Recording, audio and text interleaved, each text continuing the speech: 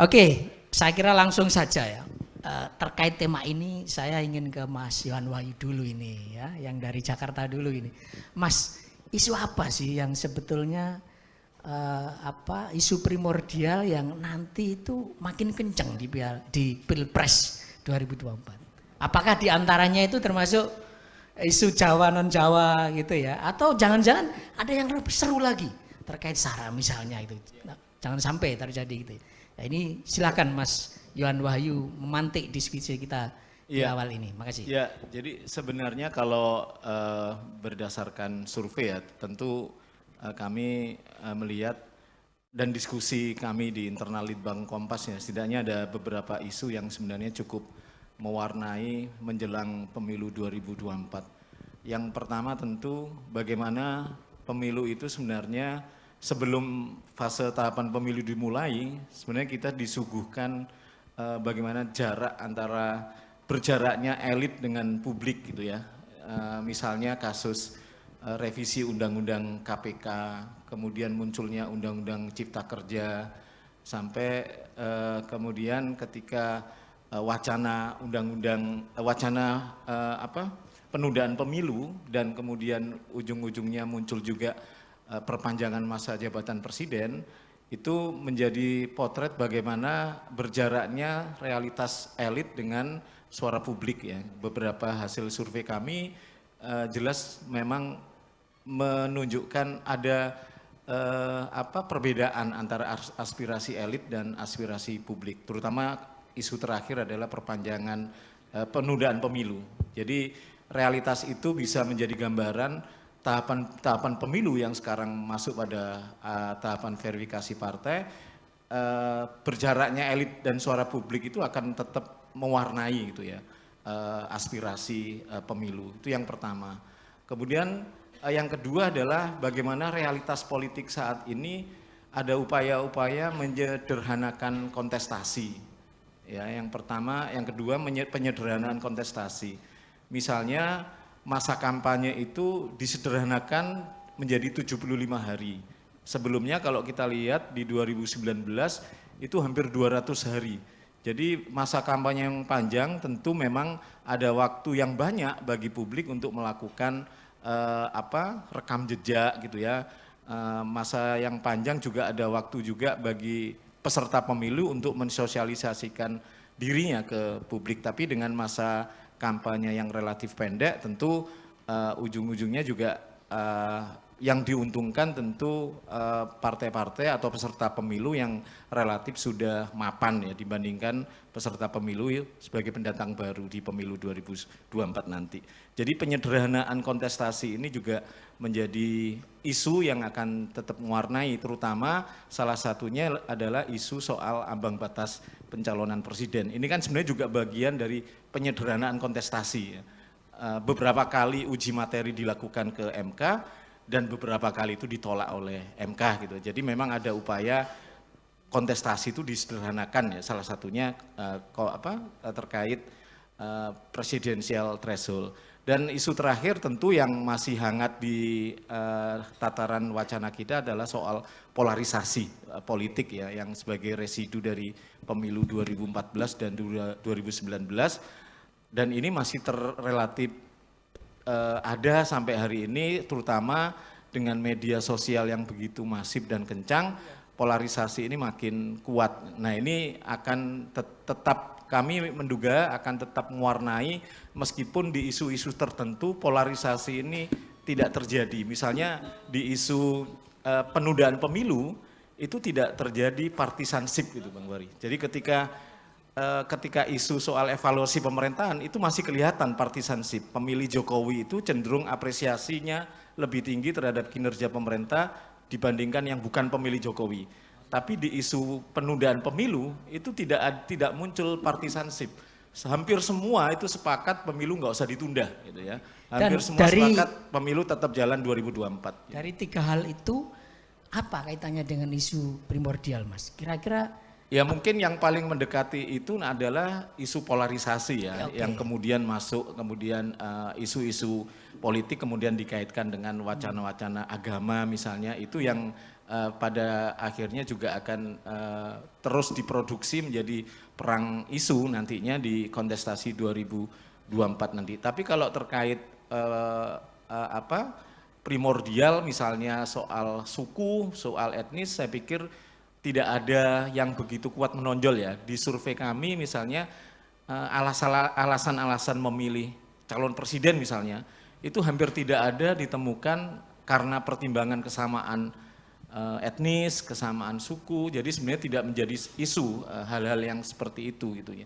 Pemilih Prabowo misalnya alasannya kenapa milih Prabowo karena ketegasannya. Pemilih Ganjar kenapa sih milih Ganjar? Karena merakyat. Pemilih Anies, kenapa milih Anies? Karena kinerja. Jadi sebenarnya 3 sosok yang saat ini beredar di papan atas survei ya, hampir semua survei mengatakan itu, kelihatan bahwa alasan memilih itu pada alasan-alasan yang jauh dari primordialisme gitu ya, jauh dari hal-hal yang sifatnya identitas gitu ya. Tapi karena menilai merakyat, karena tegas dan karena kinerja atau rekam jejak kinerjanya selama ini. Untuk para pemilih muda sendiri isu-isu tersebut cukup berpengaruh apa tidak sih Mas? Kalau lihat segmentasi, kalau kita cross hasil survei, khususnya kita ambil pemilih muda, sebenarnya tidak jauh berbeda dengan hasil secara umum ya. Meskipun kemudian di derajatnya mungkin lebih ke tokoh-tokoh yang relatif selama ini bermain di sosial media begitu intens gitu ya. Jadi ketika 10 besar nama misalnya ya, di responden umum Ridwan Kamil mungkin angkanya tidak terlalu besar, tapi di responden anak muda dia agak naik gitu ya. Ganjar dan Ridwan Kamil. Ya kita tahu 2 sosok ini begitu aktif di sosial media. Jadi variabel media perantara bagi pemilih muda itu relatif punya pengaruh ya. Tapi gambaran secara umum apakah pemilih muda ini punya intensi yang berbeda dengan pemilih yang lain, sebenarnya tidak begitu menonjol ya perbedaannya. Hanya atensinya dengan variabel sosial media itu kelihatan. Di situ memang ada derajat yang berbeda antara pemilih yang tidak masuk kategori muda dengan pemilih muda. Artinya prediksi Mas Yohan bahwa isu primordial itu tidak akan ada di Pilpres 2024 atau sebetulnya ada karena itu pengalaman sebelum-sebelumnya juga dilakukan itu gitu. Ada upaya ke situ gitu.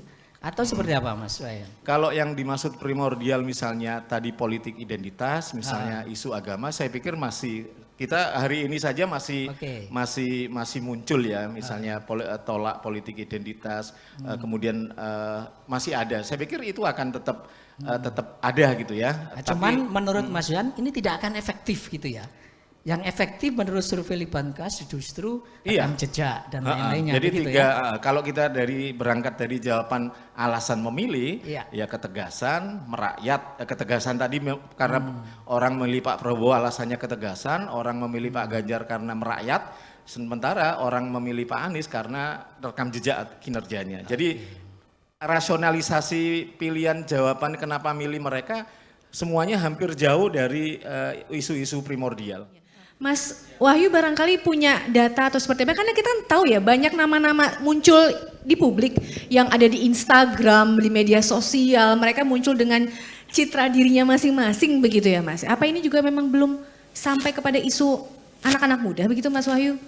Iya, kalau kita lihat responden pemilih muda itu memang seperti yang saya bilang tadi, secara umum memang ya nama-nama baru itu muncul, bahkan sebenarnya kayak nama-nama kalau kita dikotomi tadi diskusi soal Jawa dan luar Jawa, nama-nama Sandiaga Uno, Erick Thohir ini kan juga sebenarnya bukan Jawa ya. Betul. Tapi mereka muncul dan menjadi warna baru dari tokoh-tokoh dari hasil survei setidaknya.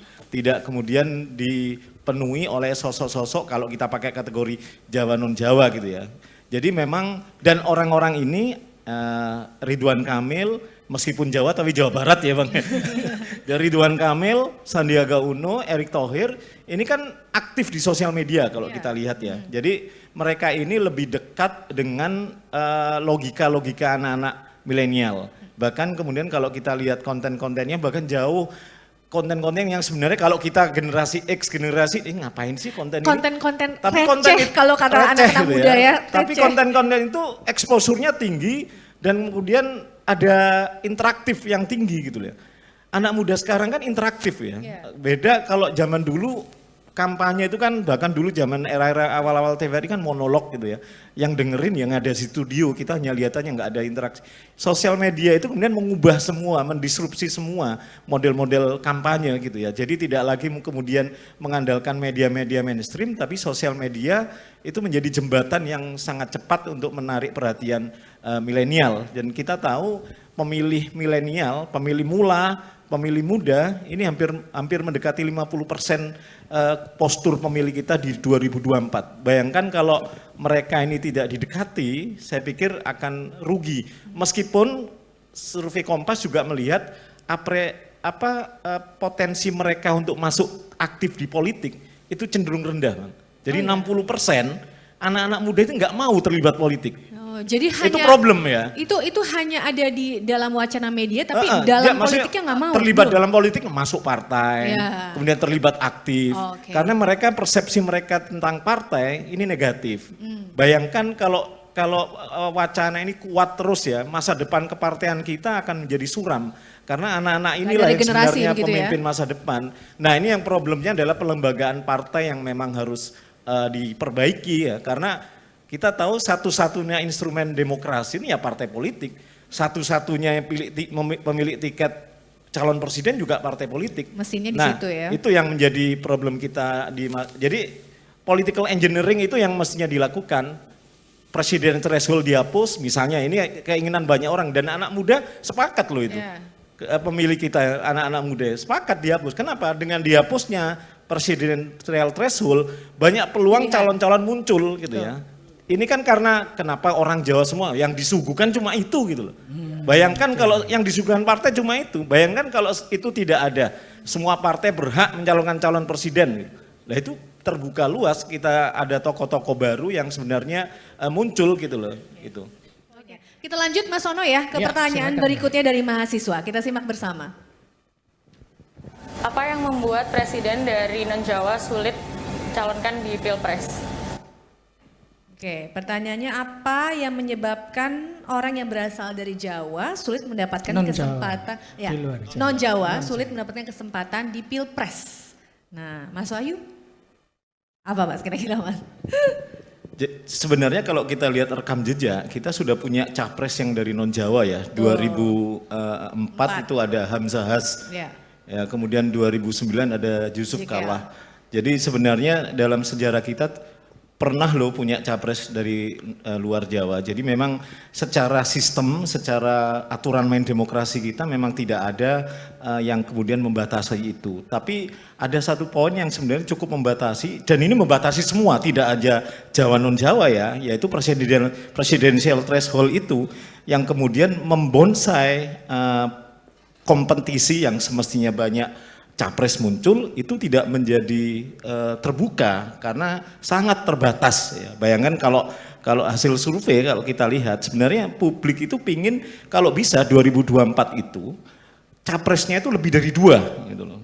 Sampai karena trauma 2014 2019 ya. Jadi polarisasi itu memang sangat meresahkan gitu ya. Terus kenapa kok itu pertama, jadi kenapa kok non Jawa jarang muncul ya, karena kesempatannya tidak dibuka lebar-lebar ya, tidak dibuka seluas-luasnya sehingga kita terbatas sekali pilihannya. Kemudian yang kedua dari sisi tidak hampir jarang sekali di kompetisi capres kita menemukan perang gagasan gitu ya, termasuk itu 2014 sama 2019 hampir sama gitu, tidak ada sesuatu yang menonjol yang menjadi perdebatan gitu. Saya coba membandingkan dengan Pilkada 2017, meskipun warna politisasi agama begitu kental, tapi perdebatan program itu ada di situ. Bagaimana program DP 0% itu menjadi perbincangan ya. DP 0%, terus OKOC. DP 0% itu terutama menjadi perbincangan milenial. Karena untuk mendapatkan rumah, Kompas pernah menurunkan juga salah satu investigasi liputan bagaimana milenial dengan pertambahan gaji, dengan pertambahan jumlah harga rumah itu tidak akan mungkin mendapatkan rumah landed. Jadi bagaimana kemudian isu DP 0% itu menjadi perdebatan diskursus itu. Saya membayangkan 2024 nanti misalnya ada sosok dari non Jawa muncul dan kemudian menjanjikan setiap pemilih muda dapat rumah, bayangan itu akan menjadi perdebatan. Itu yang tidak ada di 2014 dan 2019. Perdebatannya tidak ada, hampir perdebatannya tidak langsung mengena ke pemilih ya. Jadi bagi saya yang pertama itu buka seluas-luasnya, tapi itu tidak mungkin karena 2024 kita masih pakai undang-undang yang lama, kecuali di Perpu nanti kemudian ada dorongan yang kuat ya. Kemudian pasal 222 di Undang-Undang Pemilu yang mengatur soal 20% kursi 25% suara ini dihapus, ini kita punya peluang banyak capres muncul gitu ya. Tapi kalau itu tidak bisa, setidaknya oke lah kita membuka peluang adanya perdebatan gagasan, perdebatan program yang ini kemudian memunculkan, memicu orang kemudian lebih interaktif dan masuk terlibat dalam proses kontestasi itu. Karena 2014 dan 2019 tidak ada keterlibatan kita karena program. Nah, saya membandingkan di Pilkada 2017 DKI itu ada, meskipun dan itu menjadi pilkada itu hampir pada saat itu 101 pilkada digelar, seakan-akan perhatian kita ke pilkada DKI semua gitu loh. Jadi bayangan itu sebenarnya miniatur pilpres. Kalau di pilpres itu ada program yang kemudian mampu menarik perhatian publik, apalagi kalangan milenial, sebenarnya kemungkinan bahwa non Jawa bisa kemudian tertarik ini ya, kemudian menarik gerbong pemilih itu karena menarik perhatian mereka dan kemudian ini diwujudkan dengan dukungan secara elektoral nantinya kalau memang kekuatan gagasannya itu mampu mencuri perhatian mereka ya. Karena milenial itu keterikatannya pada program gagasan yang menurut mereka memberikan harapan yang real dan dekat dengan kebutuhan mereka.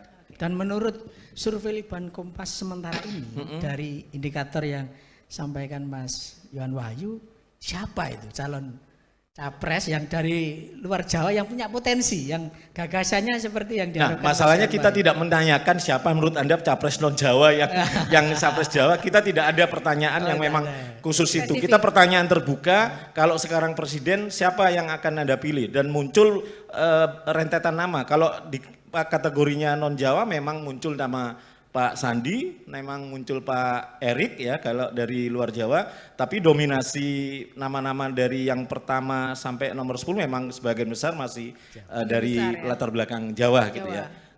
Oke. Baik, sebenarnya kita masih mau membuka pertanyaan lagi untuk mahasiswa ya Mas Ono ya, tapi ternyata waktu kita sangat terbatas ya. Ini kita sudah masuk di segmen akhir untuk closing statement barangkali ya Mas Ono ya. Silakan, betul. Baik. Mungkin dari Mas Wahyu dulu ini, apa ini closing statementnya ini biar isu primordialisme itu tidak ada lagi di... Iya, sebenarnya kalau kita lihat pengalaman kontestasi dan pengalaman paling tidak dari survei yang kami lakukan ya, isu-isu primordialisme itu sebenarnya tidak muncul ya, yang mempengaruhi secara langsung ya, elektoral gitu ya. Tapi sebenarnya yang lebih dikedepankan adalah isu-isu yang sifatnya dekat dengan keseharian mereka, program-program dan pengalaman-pengalaman elit-elit yang calon pemimpin ini yang seperti yang saya sebutkan tadi, tiga alasan kenapa orang memilih presiden, calon presiden itu yang pertama ketegasan, yang kedua merakyat, ketiga rekam jejak atau prestasi yang selama ini dia lakukan. Nah, semestinya calon-calon presiden atau partai-partai yang selama ini ya hanya partai yang punya tiket pencalonan presiden itu mengedepankan itu. Jadi apalagi landscape pemilih kita hampir 50% nanti adalah pemilih-pemilih muda, para milenial, pemilih mula, mereka tidak butuh perdebatan-perdebatan yang sifatnya primordial, tapi perdebatan-perdebatan yang sifatnya lebih dekat dengan kebutuhan mereka sehari-hari, lapangan pekerjaan, kesejahteraan, dan tentu jangan lupa wacana-wacana penguatan demokrasi itu menjadi salah satu wacana juga loh. Kalau kita lihat beberapa isu di sosial media ya, itu jangan dikira hal-hal yang remeh-temeh yang menjadi perdebatan mereka, tapi sesuatu yang serius itu juga menjadi perhatian. Jadi penguatan demokrasi, kesejahteraan dan program-program yang sebenarnya langsung menyentuh perhatian mereka itu yang pada akhirnya secara tidak langsung akan menggeser kekhawatiran kita terkait isu-isu primordial yang kemudian menggerus hal-hal yang sebenarnya menjadi kebutuhan kita ke depan itu. Oke.